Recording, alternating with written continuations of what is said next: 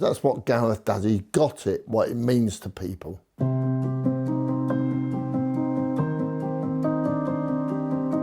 So my role was reserve team stroke youth team coach. I did both jobs, and it allowed Steve Coppell and Ian Evans at that time just to concentrate on the first team. Anything under the first team was down to me.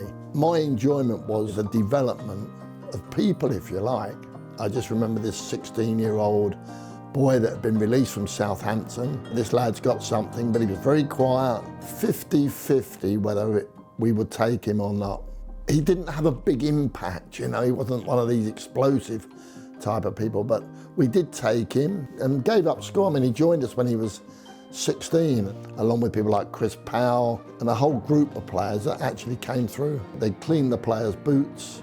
We had showers that were always cold. We had 30 people in a shower. The conditions were poor, but in a way it made you mentally tough. And I think Gareth had these, am I going to make it, am I not going to make it? He played 100 games in our combination team, most of the time captain, most of the time being beaten. And it wasn't until his last year as reserve team captain that we actually managed to win the football combination, which in our little world was like the biggest thing we could win. You've got to remember ours was a combustious club. We had Ian Wright at the top, Mark Bright, Andy Gray. Gareth describes it now as a bear pit, that hard Cockney South London, you know, in-your-face attitude. But he diligently got on with his work, and there was something about the way he carried himself, and I can't even define it today too much, that I thought just put him aside. And he always struck me as being interested in people. And I think he made his debut against Liverpool. Let's give him his break. I think that was just the boost he needed. He was that new wave just coming through. He had a quiet way of going about it, but I liked that, you know. He represented, I thought, what Crystal Palace was about. We were young, we were dynamic, we were fresh, we were clean. Gareth led from the front. He was a midfield player, good pace, good power. We had good defenders at Palace. I didn't really need him in the back four. He was too good to be there. Could play right back. A couple of times I played him as on a right-hand midfield player. He didn't like that. He came and saw me once and complained bitterly. He had a point of view. He didn't just take everything I said.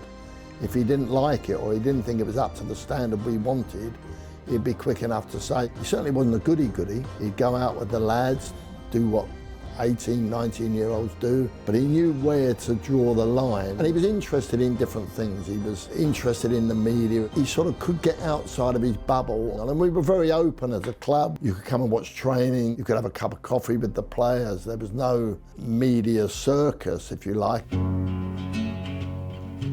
It wasn't really till he went to Aston Villa that they decided they would play him in a back three.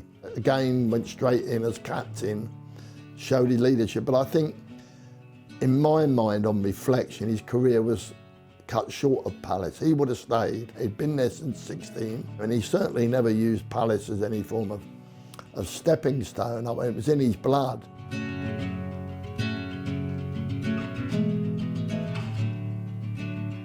He stayed with the team on the evening, and then he came back to our house the next day. And I said, look, it's not the end of the world, you know, there's lots of other things that are going to happen, you know, and we had a good heart-to-heart. I think it did leave a scar to him because it's been highlighted so many times, and you'd be pretty inhuman if it didn't.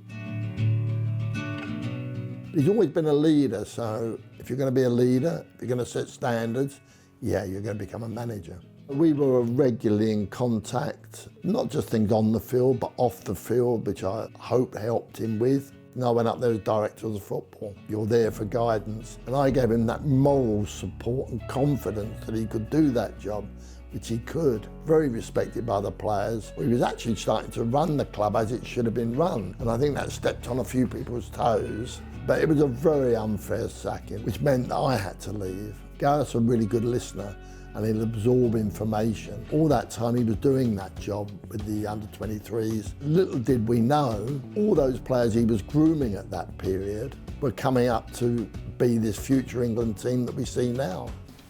He seems to have a knack of being honest, but diplomatic at the same time. Has he always been like that? Yes. Yeah, simply. I think what you see with Gareth is what you get. There isn't a side to him. You know if you've upset him, he can give you that look. I used that word earlier, cold and calculated. Gareth is that. And because of Gareth's background, of having the pride of wearing an England shirt, knowing what it means, he can handle it. We've got a unique culture in this country. I think Gareth has very much moulded that. He lives in the north of England, which for a boy from the south, he gets what it needs to get our community together on and off the field.